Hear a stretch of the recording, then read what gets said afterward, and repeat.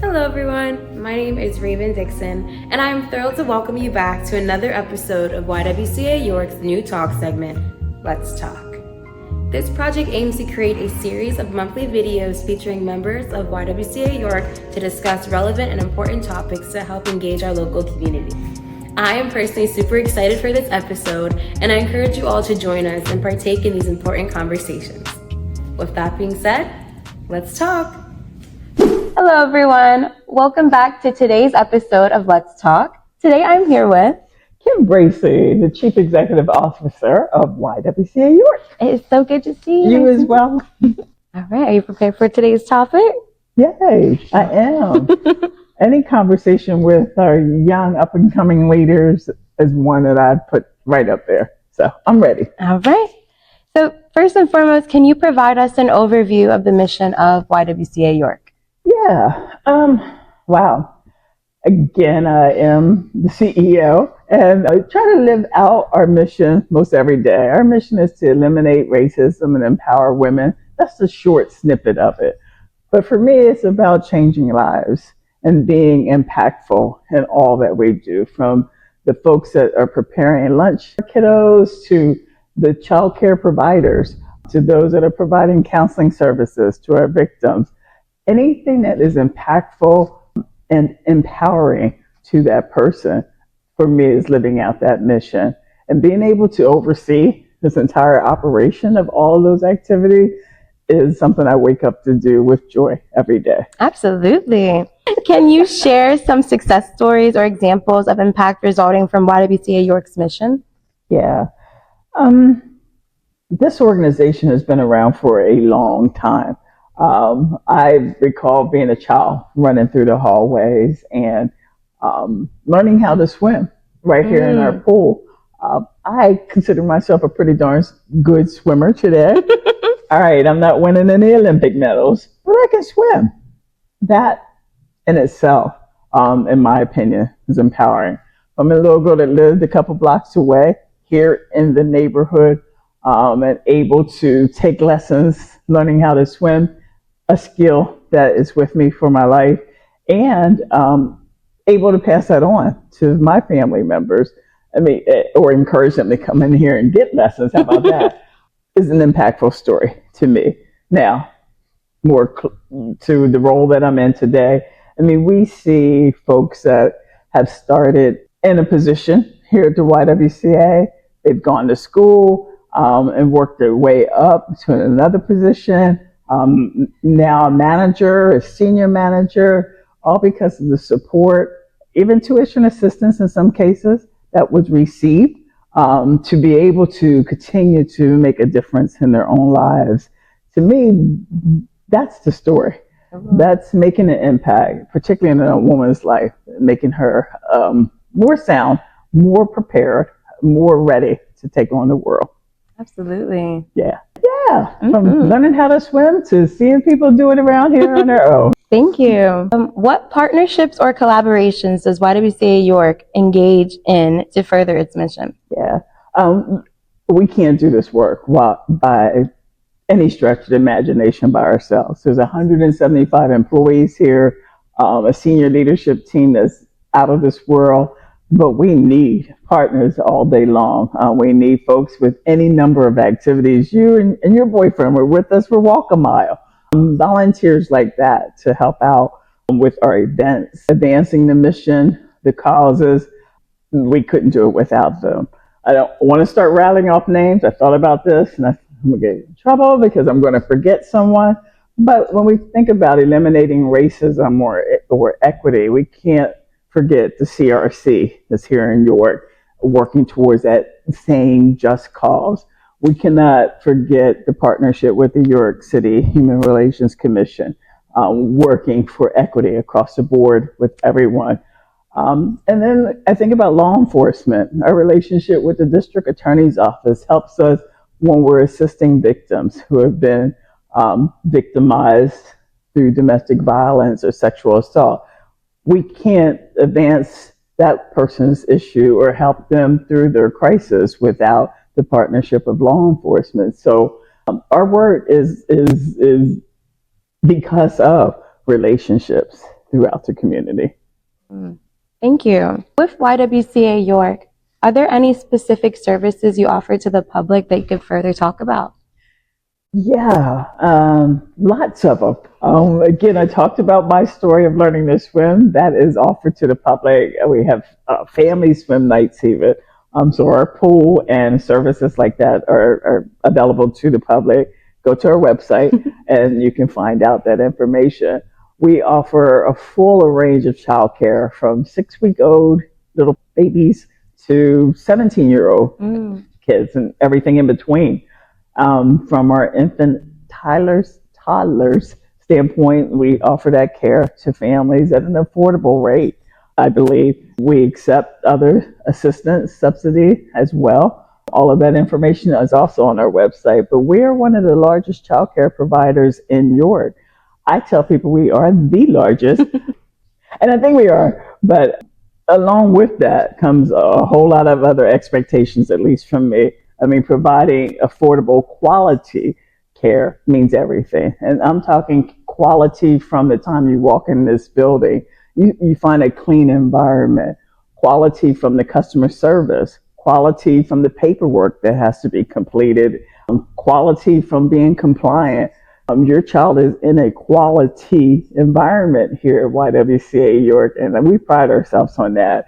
Again, as a pre-K counts provider, before and after school care provider, and our little babies. And I mentioned our teenagers. We have a Quantum's Opportunity program that is geared towards college readiness for young people. Oh, wow. And many people don't know about that, but we do have that program. So we try to touch young people from 6 weeks old to 17 years of age, headed off to college and everything in between. Amazing.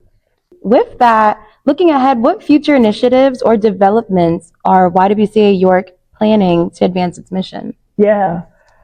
Whew. So there's always something brewing, from opening up our doors and letting the governor walk through and visit with us earlier this year, to the lieutenant governor being in our presence, to family and friends and other rock stars, if you will, that believe in the causes and the work that we do here. So we're not quite done in that space yet. We got all sorts of things in the pipeline, but we're also looking at providing, again, the best quality care to York in child care. We're looking at being part of a consortium or a conversation about what does second shift child care look like? What does third shift child care look like? Are those things that are needed here in York County? How can YWCA be part of that conversation and a leader in that conversation for that matter?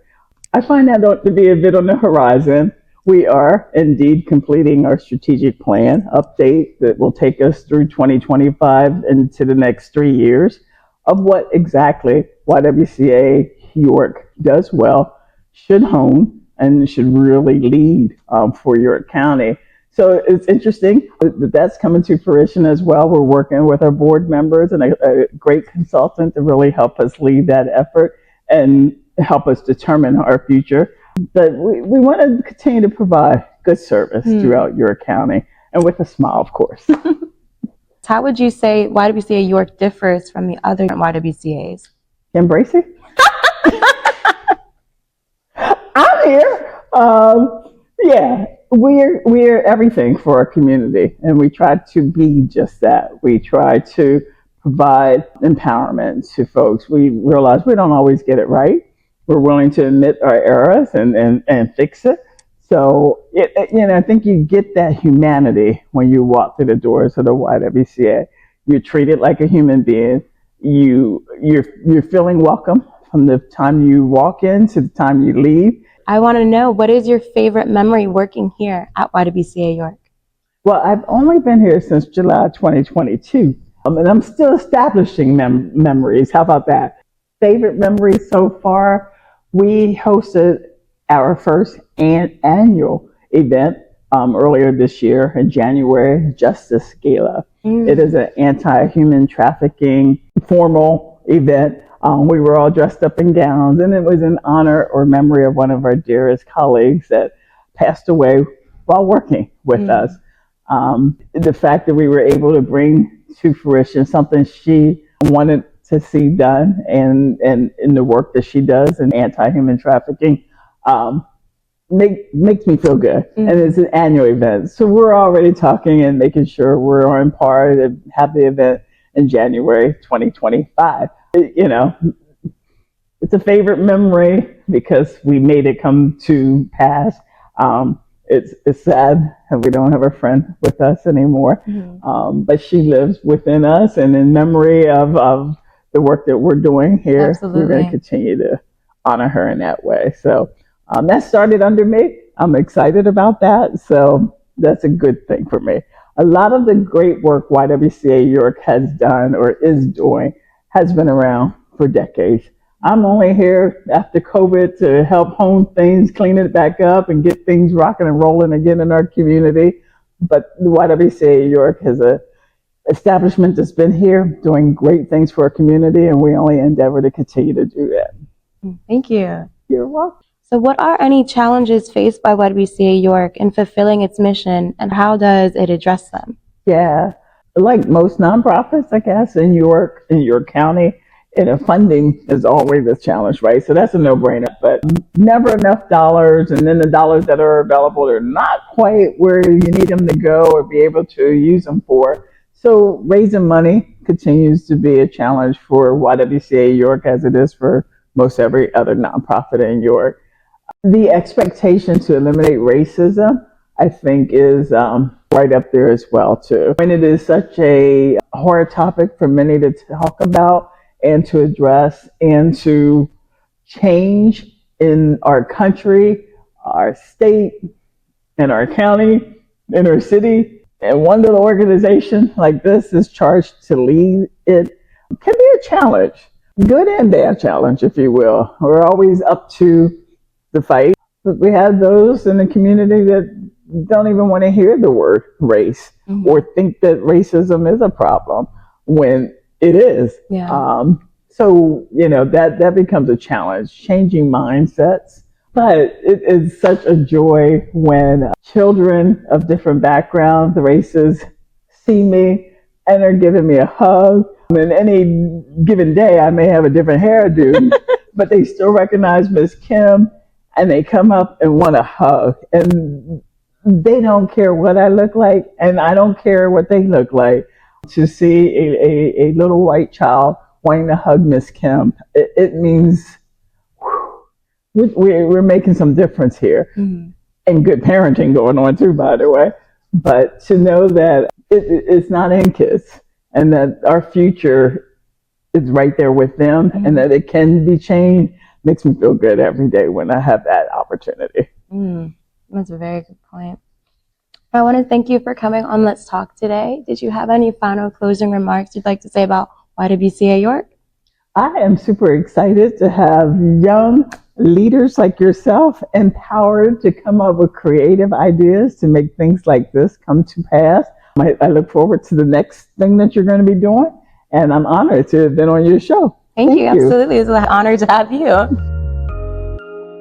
Thank you all for tuning in to today's episode of Let's Talk. We hope you found the discussion valuable and thought-provoking.